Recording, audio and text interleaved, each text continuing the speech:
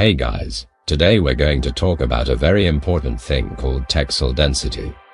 You need to take this serious when working with PS1 style graphics, especially when you're making games, because without it, textures will look terrible next to each other. So what is texel density?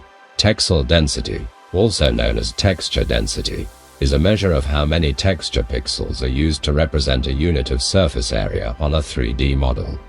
So in our case, we got a 1 by 1 meter, or 100 by 100 centimeter cube, and 64 by 64 texture for it.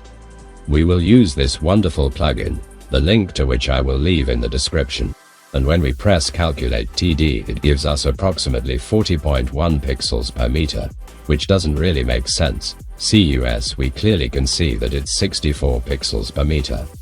No worries, it's just how plugin calculates. You don't really need to think about it.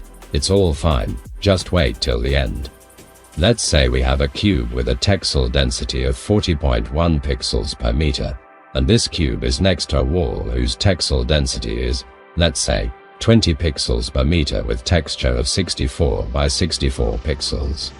So, up close, these two textures will look crooked and ugly, like in the picture.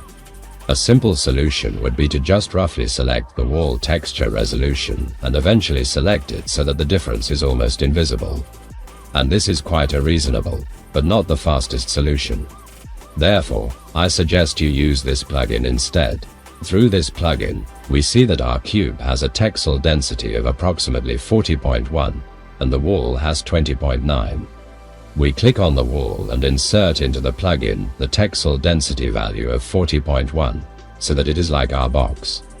You can also try a slightly different approach if the wall texture doesn't suit you. For example, we don't want the wall texture to be 64 by 64 pixels, but we want to add more details. For example, 128 by 128 pixels will be quite enough. So, we take the texel density of our cube and simply divide it by 2. In our case, the value will be 20, which is just right for the current texel density value of our wall, which means we won't have to change anything in this case. I hope this was a fairly clear explanation. I advise you to study this topic again but on your own to fully understand it. Feel free to ask questions in the comments. Peace.